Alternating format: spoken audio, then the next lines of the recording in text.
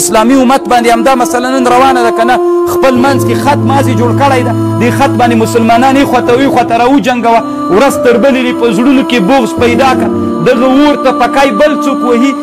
ورمنډه که او پې رامنډه که فکر ځان سره وکړه چې وژل کېږي څوک د کومو امتونو په منځ کې تباغض و بغض پیدا کېږي د امت مسلمه هغه څوک چې اصلي دښمنان مو دي هغه مو په دغه اور اخته کوي اصلي خبره چیرته ده یو خط باندې موږ څومره دښمنان کړي دې خواته هم پښتانه دي دې خواته هم دې خواته پښتون چې کښېني موږ هغه غیرتي خلک یو هغه څه ورکه مه یادوه که دا خط ویوړل سي هغه ډیورن ابل سر باندې کېښودل سي بیا څه وایي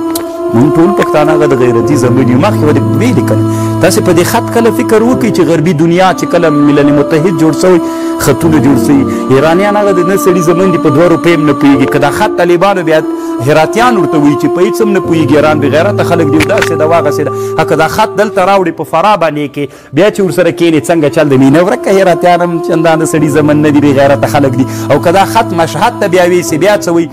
نه مشهد و ایران دا افغانستان